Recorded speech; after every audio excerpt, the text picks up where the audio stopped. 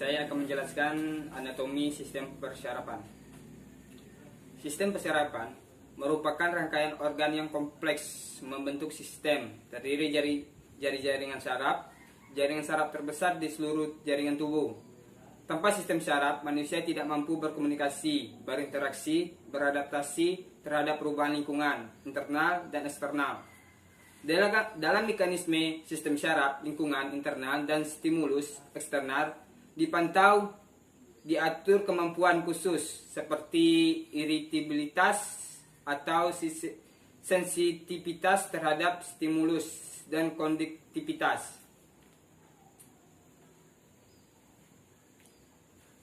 Yaitu sel-sel saraf.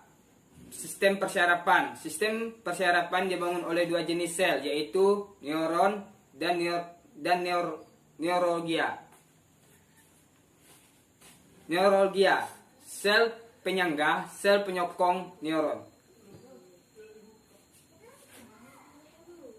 Yaitu neuron, jenis neuron, sensorik afferents, motoric afferent, interneuron. Sel saraf sensorik menghantar rangsangan dari respon sensorik ke sistem saraf pusat.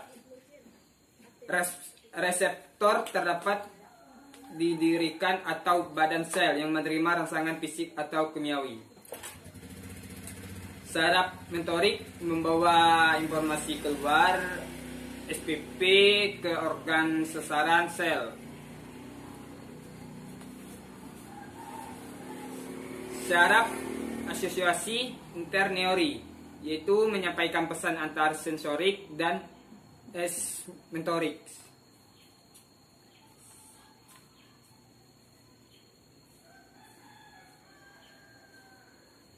Susunan sel saraf manusia, yaitu susunan saraf pusat, otak besar, otak kecil, batang otak. Yang kedua, susun tulang belakang, susunan saraf perifer, susunan saraf zoomotis, susunan saraf otonom, saraf simpatis, dan saraf parasimpatis. Demikianlah yang saya dapat sampaikan untuk persyarapan manusia. Yaitu yang kedua, saya akan menjelaskan sistem endokrin. Sistem endokrin adalah sistem kontrol kelenjar tanpa saluran yang menghasilkan hormon yang tersirkulasi di tubuh melalui aliran darah untuk mempengaruhi organ-organ lain. Sistem endokrin disusun oleh kelenjar-kelenjar endokrin. Kelenjar endokrin mensekresikan senyawa kimia yang disebut hormon. Hormon merupakan senyawa protein atau senyawa steroid yang mengatur kerja proses fisiologi tubuh. Kelenjar endokrin dalam tubuh terdiri dari kelenjar hipofisis, kelenjar adrenal, kelenjar tiroid, kelenjar proteroid, kelenjar pineal, dan pulau Langerhans. Pada pankreas, kelenjar tersebut memiliki struktur yang berbeda atau sama lain. Selain struktur, yang membedakan setiap kelenjar adalah sekresi yang dihasilkan dalam fungsi untuk mengetahui tentang struktur histologis dan fungsi kelenjar endokrin. Dari sistem endokrin maka disusunlah yang berjudul sistem endokrin.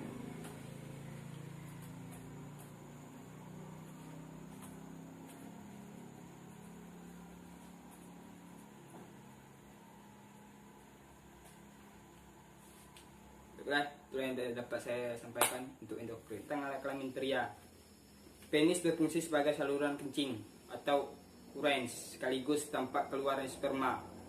Yang kedua, skrotum berperan untuk menjaga suhu testis agar sesuai untuk memproduksi sperma. Pada skrotum terdapat dua buah testis. Tiga, testis adalah alat kelamin bagian dalam. Fungsinya adalah untuk memproduksi sperma dan hormon testosteron.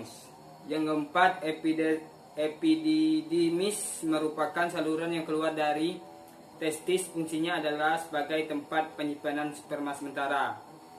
Yang kelima, saluran uretra adalah saluran yang terdapat dalam penis dan merupakan akhir dari saluran reproduksi. Perannya adalah sebagai saluran keluarnya sperma dan urains.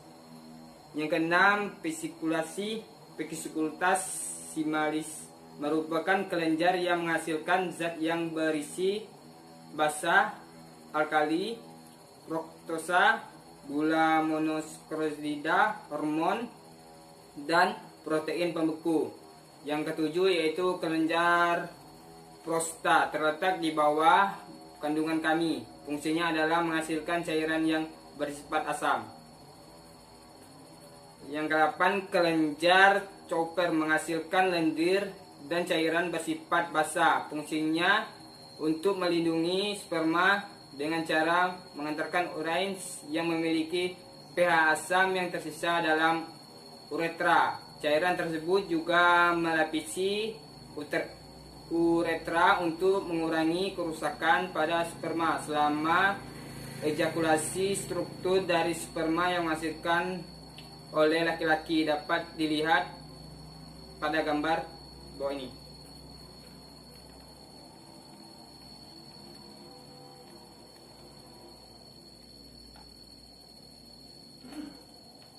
Yaitu selanjutnya vagina adalah alat kelamin perempuan. Vagina adalah saluran yang menghubungkan lingkungan luar dan rahim sekaligus tempat mengaliri darah, menstruasi, dan saluran keluarnya bayi. Cervix yang kedua itu cervix merupakan struktur rahim bagian bawah yang menyapati dan membuka ke arah vagina.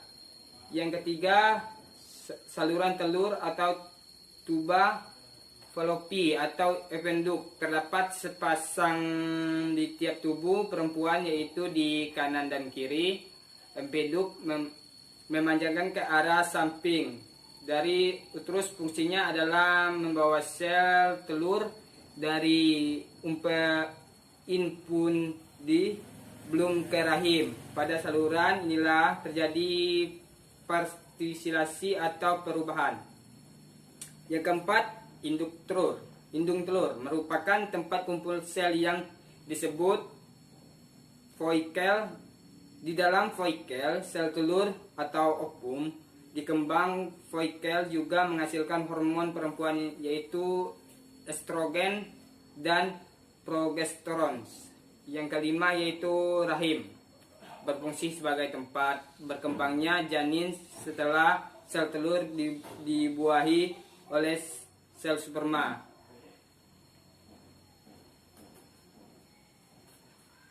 Yaitu yang berikutnya, yang kelima, saya akan menjelaskan tentang darah. Darah adalah cairan yang terdapat pada semua makhluk hidup yang berfungsi mengirim zat-zat dan oksigen yang dibutuhkan oleh jaringan tubuh, mengangkut bahan kimia hasil metabolisme, dan juga sebagai pertahanan tubuh terhadap virus atau bakteri.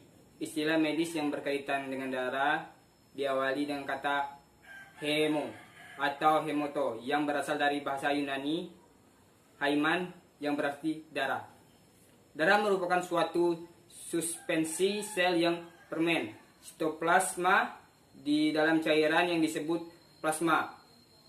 Secara keseluruhan darah dapat dianggap sebagai jaringan pengikat dalam arti luas karena pada dasarnya terdiri atas unsur-unsur sel yang substansi intraseluler atau terbentuk plasma. Fungsi utama dari darah adalah mengangkut oksigen yang diperlukan oleh sel-sel seluruh tubuh.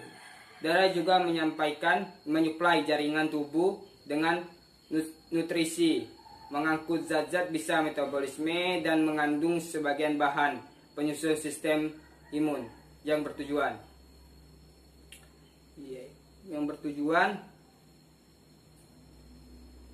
apabila kekurangan oksigen.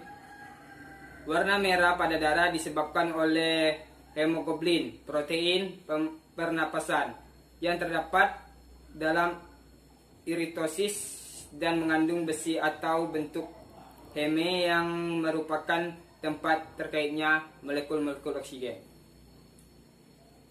Itu pada serangga darah atau lebih kenal dengan homolimfeh tidak terlibat dalam peredaran oksigen. Oksigen pada serangga diedarkan melalui sistem trakea berupa saluran-saluran yang menyalurkan udara secara langsung ke jaringan tubuh udara. Serangga mengangkut zat ke jaringan tubuh dan menyingkring bahan sisa metabolisme. Yang terakhir itu organ panca indera. Indera merupakan alat penghubung atau kontak antara jiwa dalam wujud kesederhanaan rohani diri dengan material lingkungan. Dalam ajaran Hindu, indriya adalah 11 macam dan disebut sebagai ekadesa indranya.